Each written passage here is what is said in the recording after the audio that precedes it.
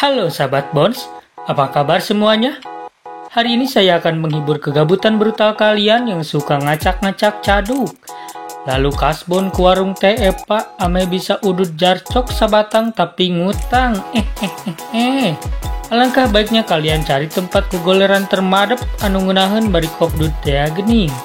Oke sahabat Bones, tidak usah basa-basi seperti si dia, langsung saja kita lanjut ke filmnya. Run 2020. Diceritakan bermula dari film ini, ada sosok remaja yang bernama Carl. Dia masih menempuh pendidikan SMA, dan dia tinggal bersama orang tuanya serta doginya yang bernama Run.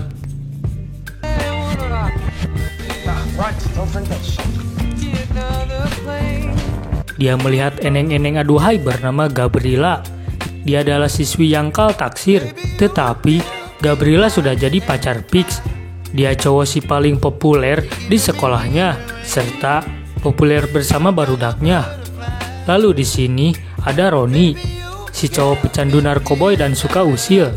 Lalu ini Cecil, siswi aduhai yang ternyata sudah lama naksir pada Carl.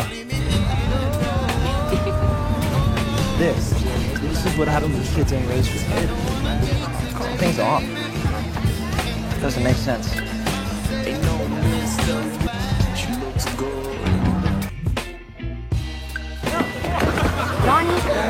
Pada saat pembelajaran dimulai, geng si paling populer dan koplok ini suka nyontek dan mengganggu Carl. Lalu saat gurunya mengetahui hal itu, Carl pun dipanggil ke depan. Di sini, Carl tidak mau mempersulit keadaan karena ulah si geng koplok ini, sehingga dia menceritakan kebohongan bahwa semua itu baik-baik saja. Setelah itu, Carl suka memperhatikan Gabriela sambil menggambarnya.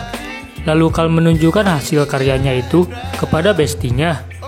Dan di sini, bestinya malah menyarankan pada Carl untuk menjauhi Gabriela secepatnya karena dia pacar si Pix. Saat pulang sekolah, Carl bertemu dengan Gabriela. Lalu dia mengajak Gabriela untuk berdansa. Sayang seribu sayang, Gabriela menolaknya. Lalu diam-diam Carl memasukkan hasil lukisannya ke dalam tas Gabriela.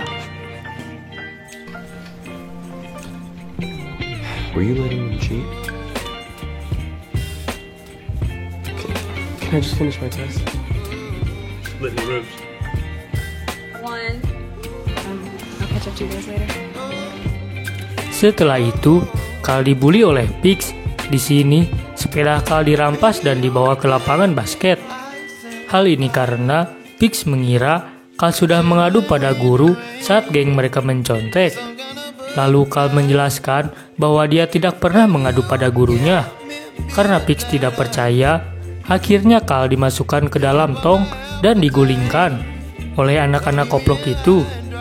Karena kejadian koplok tadi, Carl sampai terlambat pergi kerja dan mendapatkan teguran kedua dari si Obos. Saat jam kerja beres, dia pun pulang dengan keadaan ripuh.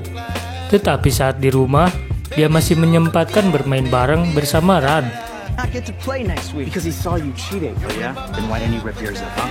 Because I wasn't cheating? All right, enough! Get that. I do, but if they can't play, then the team suffers. We're 5-0 so far this season, Cal.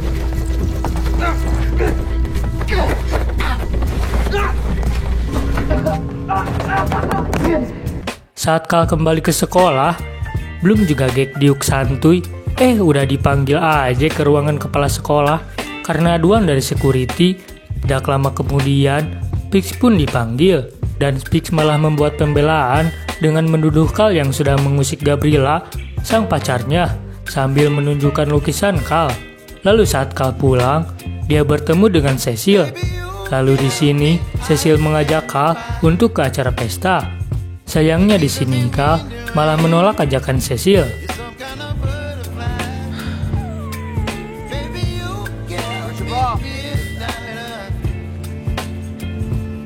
Speak up. I cannot help you unless you talk to me. Well, Kyle here tells me that a few of your boys roughed up Calvin. Hey. Hey. Correction. Nobody goes to those things. Carl menghampiri Cecil di pagi hari, lalu dia mengcurhat dan mengganja sampai membesti. Lalu saat momen kerja kelompok, Carl bersama Gabriela. Di sini Gabriela meminta maaf atas lukisan Carl yang diambil paksa oleh Pix. Dan di sini juga Gabriela tiba-tiba mengajak Carl untuk berpesta ria di rumah Pix. Ternyata Cecil mendengar pembicaraan itu sampai Cecil cemburu. Carl dan bestinya pergi ke acara pesta tersebut. Lalu saat Carl bertemu dengan Gabriela, dia malah mencurhat sehingga perasaan Carl jadi lesu, butuh susu. Tidak lama kemudian, ternyata Cecil pun hadir dan di sini Carl langsung saja ngegas menghampiri Cecil. Lalu mereka mengobrol. Datanglah geng Speak yang koplok dan keluar melihat Carl. Di sini Carl dibully sampai dimasukkan ke dalam bagasi mobil. Lalu di sini juga Cecil malah dijadikan bahan cabulan geng koplok ini. Like I care idiots like you talk shit about my When you say shit like that. Also, did you forget that this party is literally at Vic's house? Why, you think it's okay he messed with another guy's girl? Oh, screw you, Vic. Fine. Lalu tak lama kemudian, datanglah Gabriela menyelamatkan Carl karena hal yang membagongkan tersebut.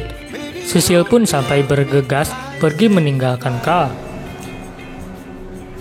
Keesokan harinya, Carl naruh nafsu pada bestinya yang telah menyarankan Carl untuk menghadiri pesta sampai mereka musuhan.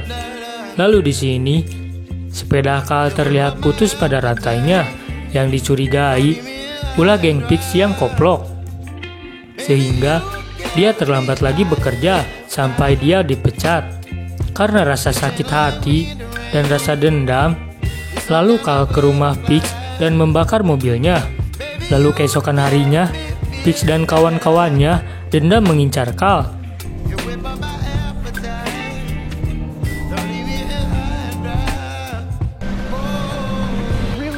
Really need a ride right now. Oh, hey, ow! Don't even bother.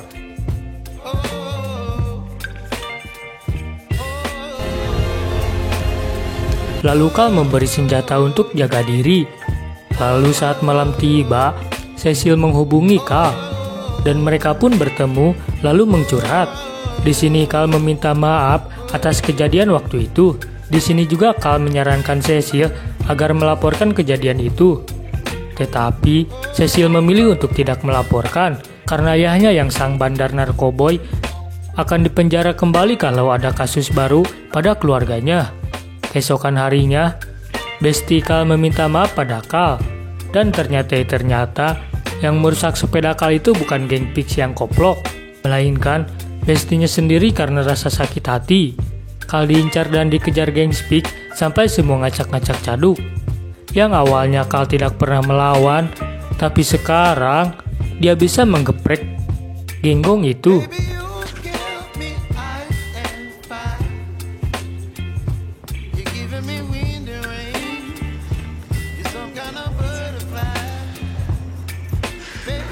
You can't let that prick off the hook because of something that I did. Karena keberanian Carl, di sini Ronnie mengajak Carl untuk gabung dengan barudaknya. Dan sampai akhirnya mereka membesti dengan tim Ronnie dan bermain bareng. Lalu saat malam hari, Carl dan Cecil menghabiskan waktu malam bersama dengan indah. Lalu saat hari sudah siang dan Cecil pergi meninggalkan rumah Carl, dia tersadar bahwa anjing nyaran tidak terlihat. Ternyata sepertinya anjingnya tewas dipukul oleh tongkat baseball. Di sini Carl sedih karena karena anjing kesayangannya yang telah tiada. Carl menanyakan kematian anjingnya pada Pix, tetapi Pix merasa tidak membunuh anjing Carl. We come in peace.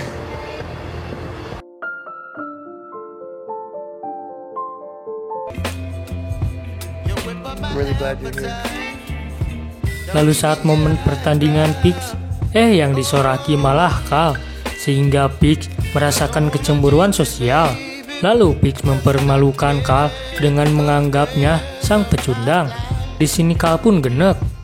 Sebelum bertanding, mereka mengisap narkoboy terlebih dahulu dan pada akhirnya diperiksa ke rumah sakit. Ternyata karena rasa dendam Carl, sehingga dia mencampurkan narkoboy itu dengan deterjen, sehingga Pix pun emosi dan mengejar Carl. Lalu di sini datanglah Besti, Carl dan Cecil untuk mencari Carl. Di sini juga Carl menggeprek keras Pix dengan pukulannya. Lalu datanglah Besti Carl yang menembakkan pistol. Pistol itu pun diambil alih oleh Carl untuk membunuh Pix, tetapi Cecil melarangnya untuk tidak membunuh. Lalu dia menyarankan untuk memukul tangan Pix dengan keras karena atas pelecehannya. Setelah geprek-menggeprek rebes, Carl dan Cecil pun berjanji harus siap menerima resiko ini, dan mereka pun pergi untuk menghibur diri. Lalu terdengarlah suara sirene polisi. Dan tamat. Kata-kata modern hari ini, janganlah merasa paling jago, karena jiwa orang pendiam itu lebih berbahaya daripada sang raja.